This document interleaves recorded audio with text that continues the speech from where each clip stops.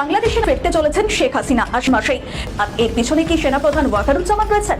এখানে দেখুন কি ভয়ঙ্কর তাণ্ডবগুলো আওয়ামী লীগ কর্মীরা করতেছে, এবং শেখ হাসিনা কিন্তু এই রমজান মাসের প্রথম থেকে আপনারা দেখতে পারবেন যে ভয়ঙ্কর। এদিকে প্রথম রমজানে এই ভয়াবহ অবস্থা, শেখ হাসিনার পরিকল্পনায় কর্মীরা তাণ্ডব করছে। আবারও লক্ষ লক্ষ জনগণ রাজপথে, সেনাপ্রধান পদক্ষেপ গ্রহণ করেন। দেশের অবস্থা এখন আরো ভয়ঙ্কর। ডক্টর ইউনূসও পড়েন মহাবিপদে। হচ্ছে 24 ঘন্টার ভিতরে আমরা শেখ হাসিনাকে বাংলাদেশে পুনরায় প্রধানমন্ত্রী করে ফিরিয়ে আনবো, এবং এই অন্তর্বর্তীকালে সরকার অনেকটা শেখ হাসিনার পথেই হাঁটতেছে। তাহলে শেখ হাসিনার দোষটা কোথায় ছিল? আওয়ামী লীগের দোষটা কোথায় ছিল? প্রধানমন্ত্রী শেখ হাসিনা মার্চ মাসে যাতে দেশে পা না রাখতে পারে, তার প্রেক্ষাপট এখন থেকে তৈরি করতে শুরু করলো স্বাধীনতা বিরোধী যারা আছে। বাংলাদেশের ভবিষ্যৎ গণতান্ত্রিক ট্রান্সফরমেশন খুব বড় ঝুঁকির মধ্যে পড়ে যাবে যদি কোনোভাবে এটা প্রমাণিত হয় নতুন যে রাজনৈতিক দল হলো জাতীয় নাগরিক পার্টি, সেই পার্টিকে সরকার কোনো না কোনোভাবে সমর্থন করছে। হঠাৎ করেই বাংলাদেশে বড় কিছু ঘটে গিয়েছে, বড় অঘটন ঘটে গিয়েছে। বাংলাদেশ ব্যর্থ রাষ্ট্র। কই, আমরা তো কিছু জানি না, কিন্তু বিএনপি জানে, মির্জা ফখরুল জানে, আওয়ামী লীগ জানে, কিন্তু ডক্টর ইউনূস জানে না, বাংলাদেশের কোনো মিডিয়া জানে না। দেশে বিদেশে নানান সমীকরণ মিলে যাচ্ছে। এই রাজনৈতিক দলের প্রধান লক্ষ্য হতে পারে বা টার্গেট হতে পারে বাংলাদেশের সেনা দপ্তর, এবং জানা যাচ্ছে যে এই নতুন রাজনৈতিক দলের যে সমস্ত সদস্যরা রয়েছে তারা 32 নম্বর ধানমন্ডির মতো ধূলিসাৎ করে দিতে পারে সেনা দপ্তর, এমনই মনে করছেন বিশেষজ্ঞ মহল। তার পাশাপাশি তারা জানাচ্ছেন এখন একটাই টার্গেট নিয়ে এগোতে চাইছে নতুন রাজনৈতিক দল। এই টোটাল ইস্যুতে একটা বড় ধরনের ধাক্কা খাবে, গণমাধ্যমের ভাষা বদলে যাবে। বিএনপি ক্ষমতায় আসলেও কিছুটা ইভেন ছাত্ররাও সন্দেহ আছে যে বিচারটা চালু করবে কিনা, তারাও সর্বোচ্চ চেষ্টা করবে সবাই খাঁচার মধ্যে। সেনাপ্রধান ওয়াকারুজ্জামান নাকি আওয়ামী লীগের সাপোর্টার, সে নাকি শেখ হাসিনাকে দেশে ফিরে নিয়ে আসতে চায়, এমন একটি নিউজ বর্তমান বাংলাদেশের সোশ্যাল মিডিয়াতে ভাইরাল হয়ে ছড়িয়ে পড়ছে। এদিকে আবার অনেকেই বলতেছে হ্যাঁ, সেনাপ্রধান আওয়ামী লীগের সাপোর্টার। তাই আমরা আজকের ভিডিওতে সেনাপ্রধানকে নিয়ে বেশ কয়েকটি খুবই গুরুত্বপূর্ণ তথ্য এবং ভিডিও ফুটেজ পাই, যা আজকের ভিডিওতে সেগুলোই এক এক করে ধারাবাহিক তুলে ধরবো। যদিও আজকের ভিডিওটা কিছুটা লং হতে পারে, তবে এই সেনাপ্রধান ওয়াকারুজ্জামানকে নিয়ে এমন কিছু গোপন তথ্য জানতে পারবেন যা জানলে আপনিও ইতিমধ্যে অবাক হতে বাধ্য। সেই সাথে আরও জানতে পারবেন বর্তমান বাংলাদেশের রাজনীতির প্রেক্ষাপট আসলে কোন দিকে যাচ্ছে। বন্ধুরা চলুন ভিডিওতে আজকে আর বেশি কথা বাড়িয়ে আপনাদের মূল্যবান সময়টি আমি নষ্ট করতে চাই না, সরাসরি আজকে আমরা চলে যাব মূল ভিডিওতে। আর সেখানে আজকে আমরা দেখব সেনাপ্রধান ওয়াকারুজ্জামানকে নিয়ে বাংলাদেশের মানুষের বর্তমান কি মন্তব্য। সেনাবাহিনীর প্রধানকে অনুরোধ করব, যারা ডিজিএফআই ছিল, ডিজিএফআই তে যারা টর্চার করেছে, আয়নাঘর তৈরি করেছে, ইভেন সিটিং সেনা অফিসারদেরকে গুম করে তারপরে টর্চার করেছে, হত্যা করার চেষ্টা করেছে, তাদেরকে বিচারের আওতায় আনেন। স্বরাষ্ট্রমন্ত্রী থেকে শুরু করে অন্যান্য বড় বড় মন্ত্রী বা সচিব অথবা সেনাবাহিনীর মধ্যেও কেউ কেউ, তাদের বিচার যদি করা না যায় এবং সেটা যদি দৃশ্যমান না হয়, তাহলে মানুষের মধ্যে যে আশঙ্কাটা আছে সেনাপ্রধানকে নিয়ে, সেই আশঙ্কা আরো দৃঢ় হবে। সেনাপ্রধানের বক্তব্য মোটামুটি আমরা শুনেছি বা আমি শুনেছি এবং বোঝার চেষ্টা করেছি। আমার কাছে মনে হয় নাই যে যেভাবে সেনাপ্রধানের বক্তব্যকে নিয়ে যেভাবে কথাবার্তা অথবা যে এক ধরনের কি বলা যায় যে ওয়ারিড হওয়ার মতো একটা ব্যাপার তৈরি হয়েছে, আমার মনে হয় এটার জাস্টিফিকেশন নেই। তো সেনাপ্রধান কি বলেছেন আসলে? প্রথম কথা হচ্ছে যে অনেকে বলছে যে সেনাপ্রধান এইভাবে কথা বলতে পারে কিনা। বাস্তবতা তো আমাদেরকে বুঝতে হবে যে এখন কিন্তু একটা নর্মাল একটা ডেমোক্রেটিক পলিটিতে আমরা এখন বাস করছি না। একটা বিপ্লব হয়েছে অথবা যদি বলি গণ অভ্যুত্থান হয়েছে, সেই গণ অভ্যুত্থান এবং গণবিপ্লবের আকাঙ্ক্ষার ভিত্তিতে একটি সরকার গঠিত হয়েছে অধ্যাপক মাননীয় প্রধান উপদেষ্টা অধ্যাপক মোহাম্মদ ইউনূসের নেতৃত্বে, এবং সেনাবাহিনী সেখানে একটা গুরুত্বপূর্ণ রোল প্লে করেছে, এটা তো অস্বীকার করার উপায় নেই। কাজে সেনাবাহিনী নর্মাল ডেমোক্রেটিক পলিটিতে যে রোল প্লে করে under the leadership of the civilian government, এখন এই মুহূর্তে কিন্তু তার থেকে একটু বেশি রোল প্লে করছে, এবং এই করাটাই স্বাভাবিক। এটা হচ্ছে বাস্তবতা। তো কাজী আর বক্তব্য নিয়ে এত হুলস্থুল করার আমি যৌক্তিকতা দেখি না।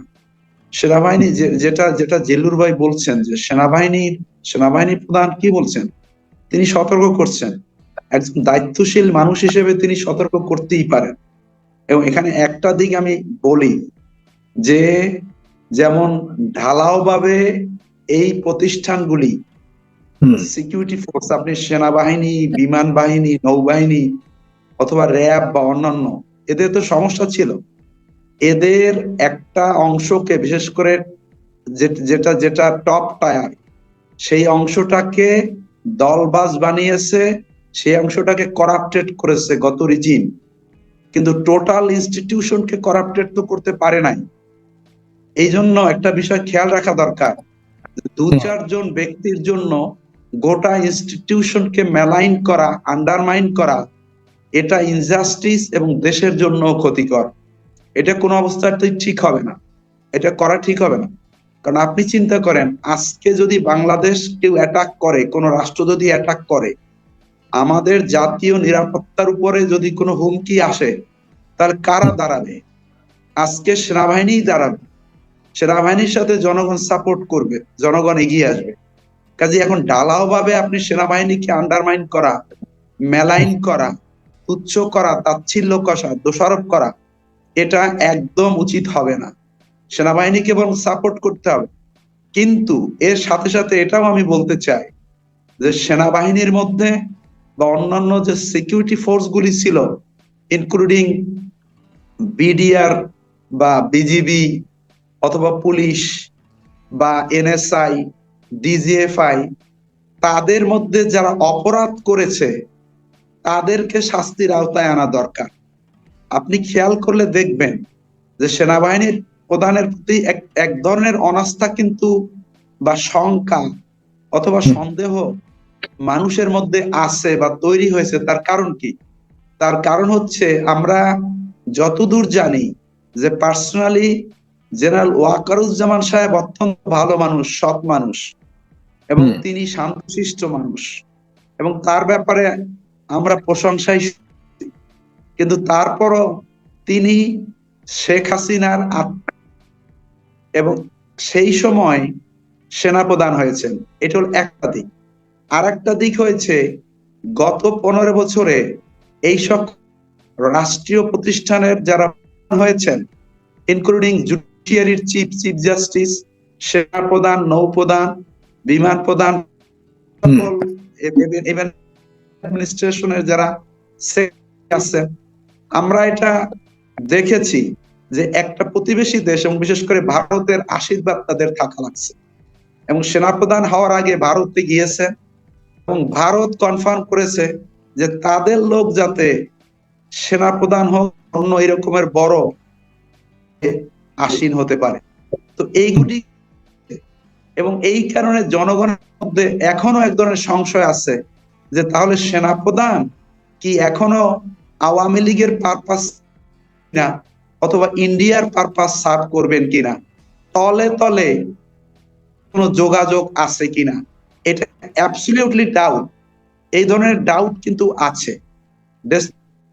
ফ্যাক্টস যেটা সেটা ওনারা কি আচরণ করবেন, কি অ্যাক্ট করবেন বলতে পারবো। আমরা তো হাইপোথেটিক্যালি কিছু বলতে পারি না বা বলার আমাদের সুযোগও নাই। কিন্তু যেটা গুরুত্বের সাথে দেখা দরকার, বলা দরকার, যে সেনাপ্রধান যে বলেছেন যে আপনারা এই প্রতিষ্ঠানগুলিকে আন্ডারমাইন করেন না, আমি সেনাপ্রধানের সাথে একমত। প্রতিষ্ঠানগুলিকে আন্ডারমাইন করা ঠিক হবে না।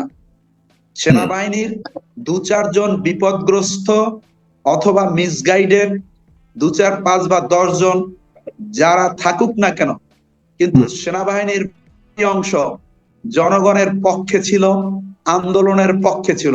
আপনার মনে আছে 3 তারিখে যখন বলেছিলেন, তখন নিচ লেভেলের মেজর বা লেফটেন্যান্ট কর্নেল থেকে নিচের লেভেলের আর্মি অফিসার ছিলেন, তারা কিন্তু কান্নাকাটি করেছেন এবং তারা সেনাপ্রধানকে মেসেজ দিয়েছেন যে things can't go like this, এভাবে হতে পারে না।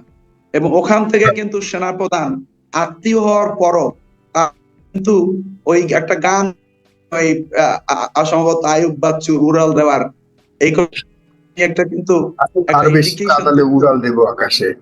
উড়াল দেবো আকাশে। তো কাজী যেটা বলতে চাই সেটা হচ্ছে প্রতিষ্ঠান এক জিনিস, ব্যক্তির এক জিনিস। দু চারজন ব্যক্তির কারণে প্রতিষ্ঠানকে মেলাইন করা ঠিক হবে না। তবে সাথে সাথে সেনাবাহিনীর প্রধানকে অনুরোধ করব, যারা ডিজিএফআই ছিল, ডিজিএফআই তে যারা টর্চার করেছে, আয়নাগর তৈরি করেছে, ইভেন সিটিং সেনা অফিসারদেরকে গুম করে তারপরে টর্চার করেছে, হত্যা করার চেষ্টা করেছে, তাদেরকে বিচারের আওতায় আনেন, তাদেরকে বিচার করেন এবং সেটা দৃশ্যমান করেন।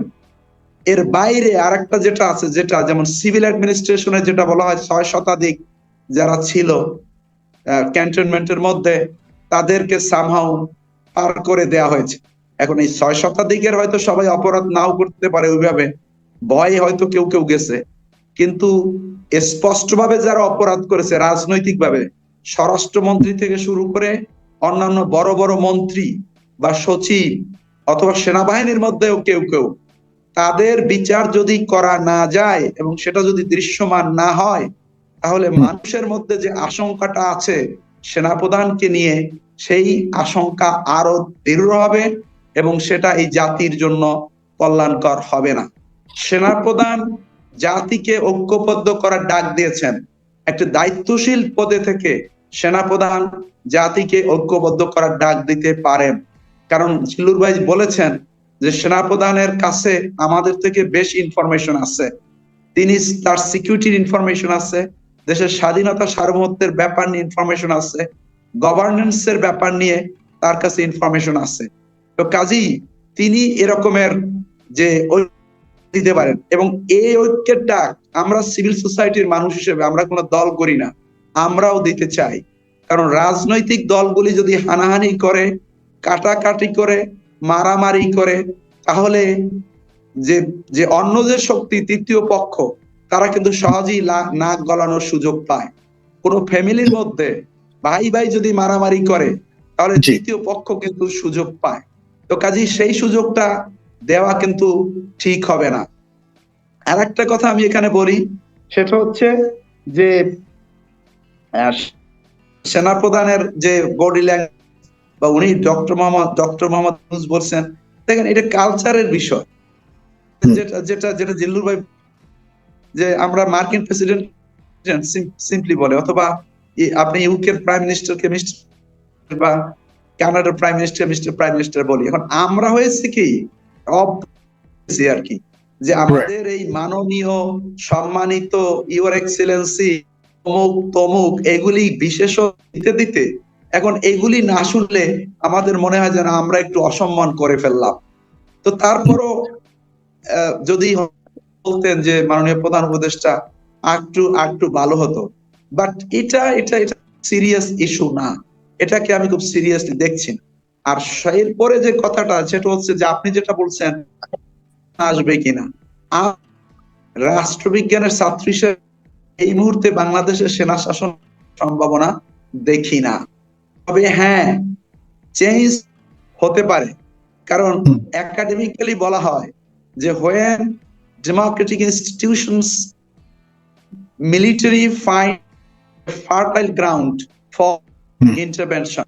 এখন রাজনৈতিক দলগুলি তারা জন্য যদি শুধু কারাকারি না, পাওয়ারের জন্য স্ট্রাগল করবে, এক দল আরেক দলের বিরুদ্ধে কথা বলবে, সমালোচনা করবে, ভিন্ন মত পোষণ করবে, কিন্তু সেটা যাতে কোনো অবস্থাতেই জাতীয় ঐক্যকে ব্যাহত না করে। মারামারি, কাটাকাটি, বিশৃঙ্খলা এগুলি যদি তৈরি হয়, আমরা জানি না হয়তো দেশের স্বার্থে তখন চলে, কিন্তু আমরা এটা চাই না। আমরা যে সেনাবাহিনীর জায়গায় থাকবে, সিভিল অ্যাডমিনিস্ট্রেশন। প্রধানমন্ত্রী শেখ হাসিনা মার্চ মাসে যাতে দেশে পা না রাখতে পারে, তার প্রেক্ষাপট এখন থেকে তৈরি করতে শুরু করলো স্বাধীনতা বিরোধী যারা আছে বিদেশে বসে তারা অপপ্রচার অলরেডি শুরু করে দিয়েছে। এখন শুরুটা কিভাবে করেছে? সেটা হচ্ছে সেনাবাহিনীর বিরুদ্ধে মানুষকে খেপাও, যেভাবে ভারতের বিরুদ্ধে মানুষকে খেপানো শুরু হয়েছিল ইন্ডিয়া বয়কট দিয়ে, তারপর ধীরে ধীরে সেটাকে নিয়ে গেল একেবারে বৈষম্য বিরোধী আন্দোলনের দিকে, তারপর এক দফা দাবি, তারপরে আমাদের প্রধানমন্ত্রী দেশ ছেড়ে চলে যেতে বাধ্য হলেন। এখন এই যে এদের যে পরিকল্পনা বড় অদ্ভুত, এদের টাইপটা খুব অদ্ভুত। আমি স্টাডি করে যা দেখেছি এবং লোকজনের সঙ্গে কথাবার্তা বলে, যারা আওয়ামী লীগে যারা খুব ক্লোজ থেকে এদেরকে দেখেছেন, তাদের সঙ্গে কথাবার্তা বলে আমি যেটুকু বুঝতে পেরেছি, এদের কাজ হলো ধরুন 15 তারিখ একটা কোনো অ্যাকশন করতে হবে। ধানমন্ডিকে আপনি ধরুন 15 দিন আগে থেকে তারা একটা হেউ তুলতে আরম্ভ করলো যে ধানমন্ডি ওইখান থেকে যত চক্রান্ত হয়েছিল, ধানমন্ডি যত চক্রান্তের মূল জায়গা, এই দিয়ে কিন্তু শুরু হয়েছিল। এবারও শুরু হলো কি, সেনাবাহিনী ভারতের দালাল, অতএব সেনাপ্রধানকে পদত্যাগ করতে হবে। এই দেখবেন, এই যে শুরু হলো গতকাল থেকে, এই যে বিদেশে বসে এই যে 3 জন শুরু করলো, এরা দেখবেন ধীরে ধীরে ধীরে ধীরে আওয়াজটাকে সম্বলিত করবে।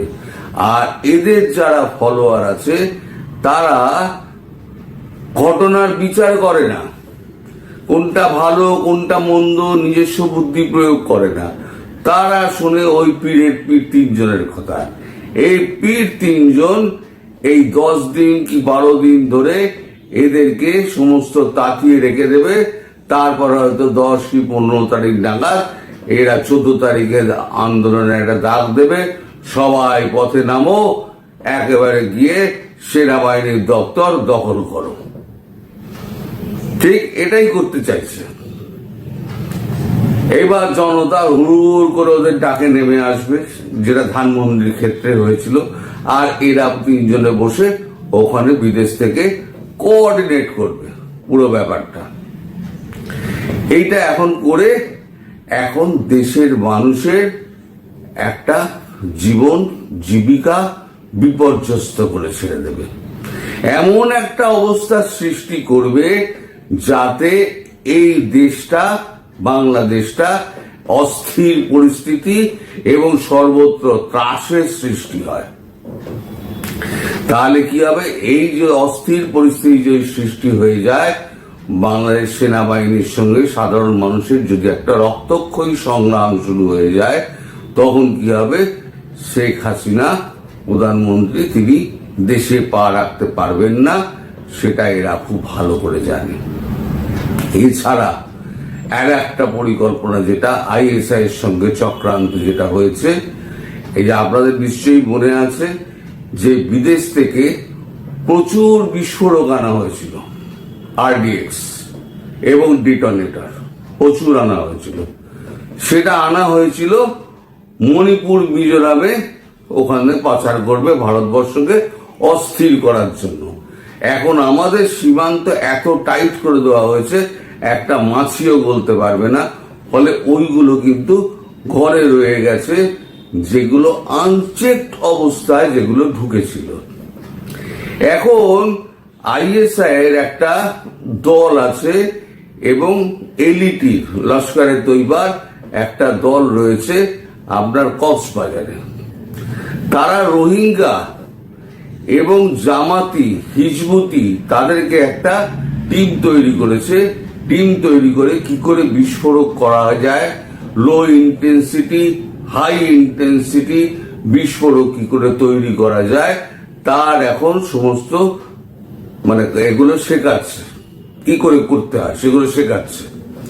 এদের ধান্দা হচ্ছে আমাদের এই বোম্বে ব্লাস্টের মতো, মুম্বাই হামলার মতো এরা বিভিন্ন জায়গায় একই দিনে শপিং মল থেকে শুরু করে বাজার অবধি, রাস্তাঘাট, বাস, সর্বত্র জনবহুল এলাকায় এরা একটা বিস্ফোরক রেখে দেবে এবং একই টাইমে পর বিস্ফোরণগুলো ঘটতে থাকবে যাতে সারা বাংলাদেশটা অস্থির হয়ে যায়। এই দুটো কাজ কিন্তু একসঙ্গে এরা করার পরিকল্পনা রয়েছে। এই যে দেশের শত্রু যারা, আপনাদের দেশের শত্রু যারা বিদেশে রয়েছে, এই শত্রুদের নজর কিন্তু আপনাদের দেশের ৭১-এর স্বাধীনতার বিরুদ্ধে।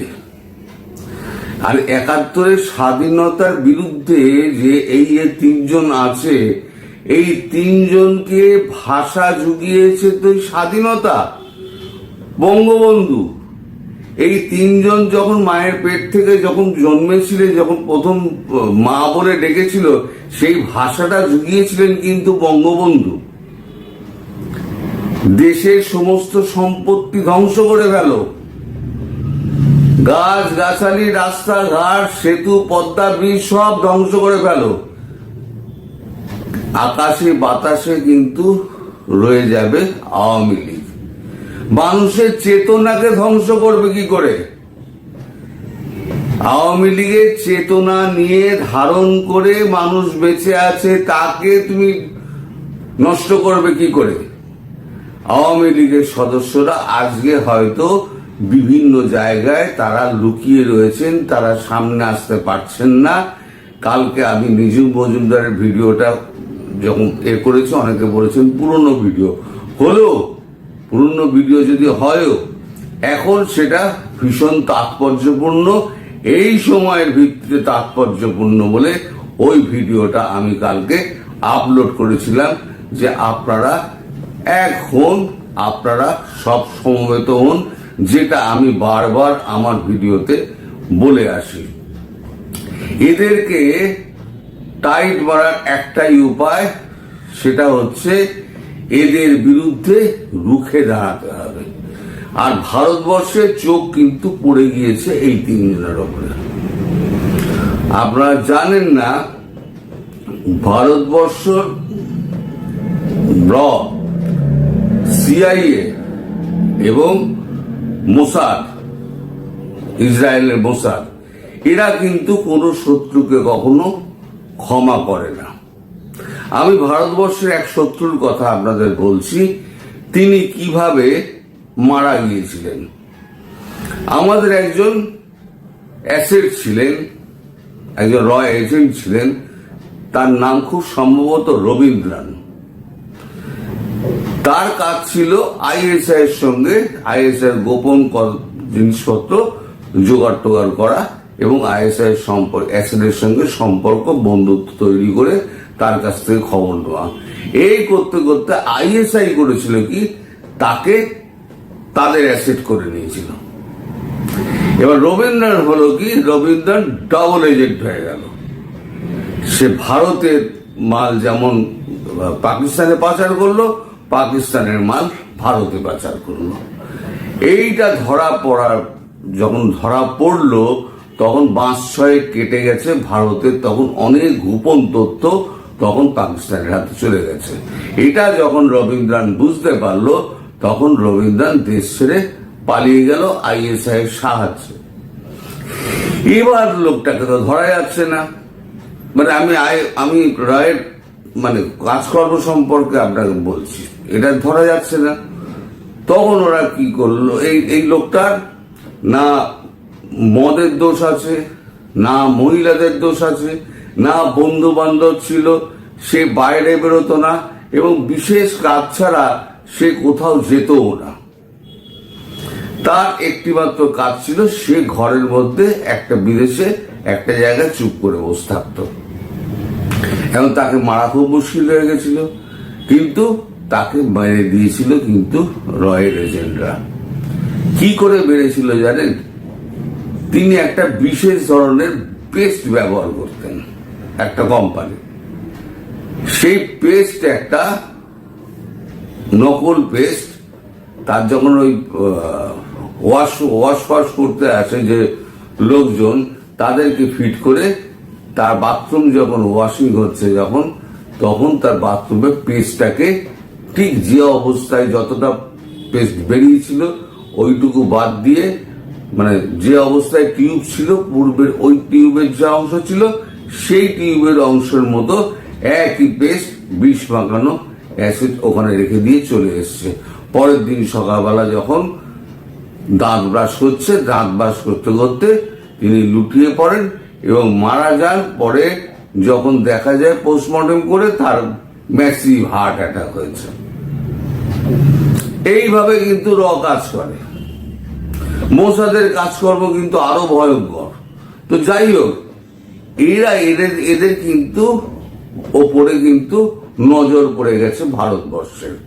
ভারতবর্ষ কিন্তু এদেরকে ছেড়ে কথা বলবে না, কারণ এরা ভারতবর্ষের বিরুদ্ধেও চক্রান্ত করছে, বাংলাদেশের বিরুদ্ধে তো চক্রান্ত করছেই।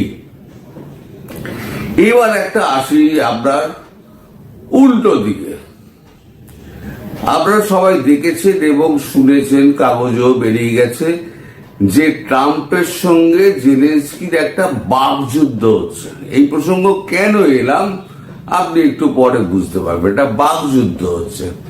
সেই বাকযুদ্ধ কি, যা ট্রাম্প চাপ দিচ্ছেন জেলেনস্কিকে, যথেষ্ট অর্থ দিয়েছি, এইবারে তা আমার সঙ্গে সমঝোতা করো, না হলে পরে তুমি কিন্তু টিকতে পারবে না। এবার সমঝোতা কি? সমঝোতা হচ্ছে যত টাকা আমেরিকা দিয়েছে সেই সমপরিমাণ টাকা তোমাকে খনিজ পদার্থ দিয়ে আমায় শোধ করতে হবে। মানে $350 বিলিয়ন আমেরিকার অর্থ গিয়েছে এর কাছে, জেলেনস্কির কাছে। তার থেকে জেলেনস্কি প্রচুর টাকা, কয়েক 100 বিলিয়ন টাকা জেলেনস্কি নিজেই মেরে দিয়েছে। তার ওয়াইফ বিদেশে থাকেন, তিনি বুগাটি চড়েন, তিনি বিরাট বিলাসবহুল জীবনযাপন করেন।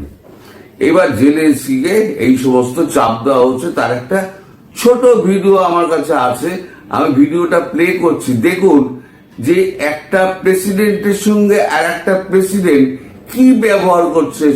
সারা পৃথিবীতে এই ধরনের ঘটনা কিন্তু কখনো ঘটেনি। আগে ভিডিওটা দেখুন। Your country is in big trouble. Can I Wait a answer? minute. No. Can You've I done a lot answer? of talking. Your country is in big trouble. I know. You're not winning. I know. You're not winning this.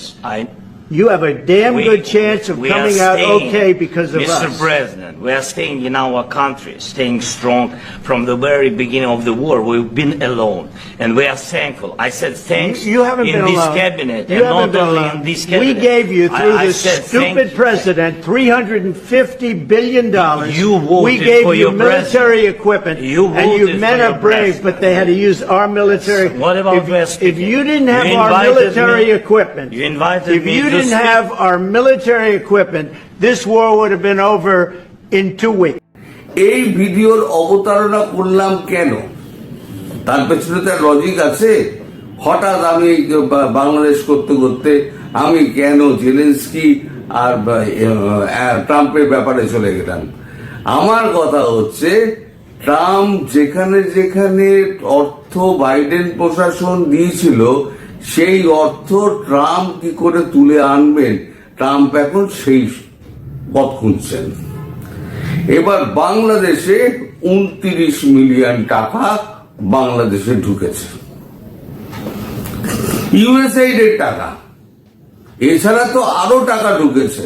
ধরুন একটা সরকার পতন করতে গেলে 29 million কিছু না, কয়েক হাজার কোটি টাকা ঢুকেছে, মানে বাংলাদেশি টাকায়। আমি তো আর মিলিয়নের এখন হিসেবে আপনাকে বলতে পারবো না, যে বিভিন্ন সোর্স থেকে এসছে। এখানে দিয়েছে সোরস দিয়েছে, টেক লবি দিয়েছে, ফার্মা লবি দিয়েছে, আর্মস লবি দিয়েছে, এরা সমস্ত টাকা দিয়েছে। টাকা দিয়ে সেই টাকাগুলো বিভিন্ন চ্যানেল মারফত একেবারে মানে আপনার সমাজের উচ্চশিক্ষিত মানুষ থেকে আরম্ভ করে শিল্পী অব্দি, সাহিত্যিক, সাংবাদিক সবাইকে টাকা বেলানো হয়েছে। টাকা বিলিয়ে দীর্ঘদিন ধরে, বছর 2-3 ধরে একটা চক্র তৈরি করা হয়েছে, যারা এই বিদেশে মানে বাইরের আমেরিকার হয়ে যারা কাজ করবে, যারা এই প্রকাশ্যে এই যে যারা নজরুল ইসলামের মতো প্রকাশ্যে যারা বিষোদ্গার করতে শুরু করবে, ইন্ডিয়ার বিরুদ্ধে অপপ্রচার শুরু করবে যে 26 লক্ষ ভারতীয় বাংলাদেশে কাজ করে। এখন ধরলে তিনি বলেন আমি সে সময় তো উপদেষ্টা ছিলাম না। আরে উপদেষ্টা ছিলেন তো কি আছে, আপনি তো মানুষরা তো একই আছেন। তাহলে সেই 26 লক্ষের হিসেবটা কোথায় গেল?